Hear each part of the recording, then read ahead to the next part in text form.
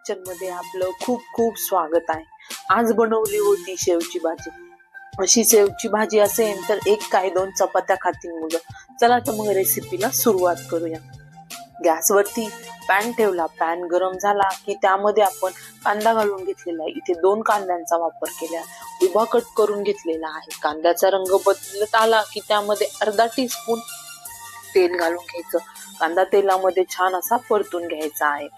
कांदा तेलात छान परतून झाला की एका प्लेट मध्ये तो काढून घ्यायचा आहे। तुम्हाला दिसतच असेल कांदा पूर्णपणे भाजलेला आहे। आता तो एका प्लेट मध्ये काढून घेऊया। सेम पॅन मध्ये आपल्याला 1 टीस्पून तेल घालून घ्यायचं आहे। तेल घालून झालं की सर्वीकडे फिरवून घ्यायचं आहे, म्हणजे तेल पॅनला लागलं पाहिजे। त्यात 70 ते 80% खोबरं घालून घेतलेलं आहे। खोबऱ्याचाही रंग बदलला की त्यामध्ये लसणीच्या पाकळ्या घालून घ्यायच्या आहे। त्याही तेलात छान परतून घ्यायच्या आहेत, म्हणजे लसणीचा पण कलर बदलायला हवा।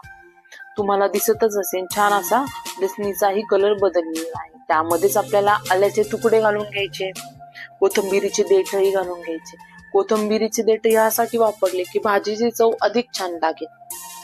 तीही छान तेलामध्ये परतून घ्यायची आहे। त्यानंतर 2 चमचे खसखस घेतलेली आहे, तीही घालून घ्यायची। खसखस सर्व मसाले छान असे भाजून घ्यायचे आहे। 1 ते 2 मिनिटभर मसाले छान परतून झाले की थंड होण्यासाठी ठेवून द्यायचे आहे।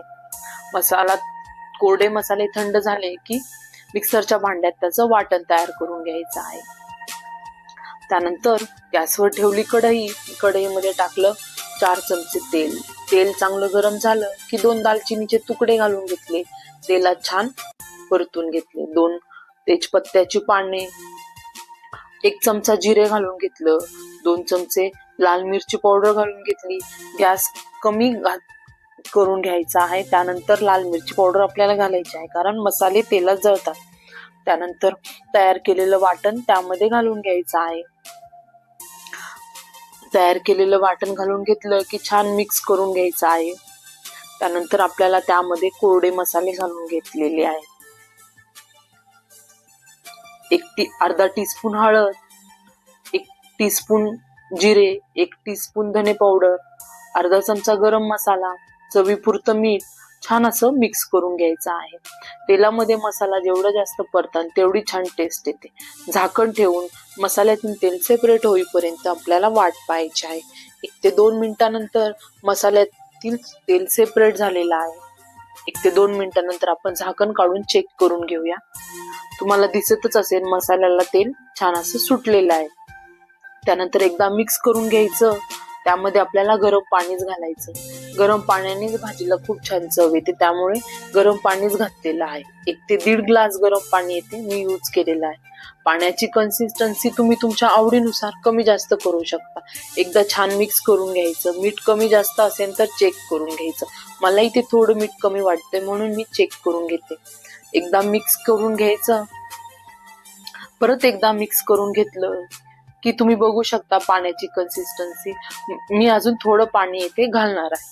त्यानंतर झाकण ठेवून छान अशी उकळी काढून घ्यायची। 3 ते 4 मिनिटानंतर मध्यम आचेवर छान उकळी आली आहे। तुम्ही बघू शकता मसाल्यातील तेलही सेपरेट झालंय आणि छान वरती तर्रीही आलेली आहे। त्यानंतर आपण त्यामध्ये शेव घालून घेणार आहोत। मी ते 3.5 कप शेव घेतलेली आहे। ही भाजी मी 5 ते 6 लोकांसाठी बनवलेली आहे। तुम्ही तुमच्या आवडीनुसार पाण्याची कन्सिस्टन्सी शेवची कमी जास्त करू शकता। शेव घातल्यानंतर भाजी शिजून घ्यायची नाही, नाहीतर अजून मऊ पडते। झाली ना आपली शेवची भाजी तयार। ही भाजी गरमागरम भाकरी सोबत, चपाती सोबत अतिशय छान लागते। रेसिपी आवडल्यास पल्लवी किचनला नक्की सबस्क्राईब करा, लाईक करा, शेअर करा, कमेंट करा। सर्वात महत्त्वाचं हसत राहा। व्हिडिओ पाहिल्याबद्दल धन्यवाद।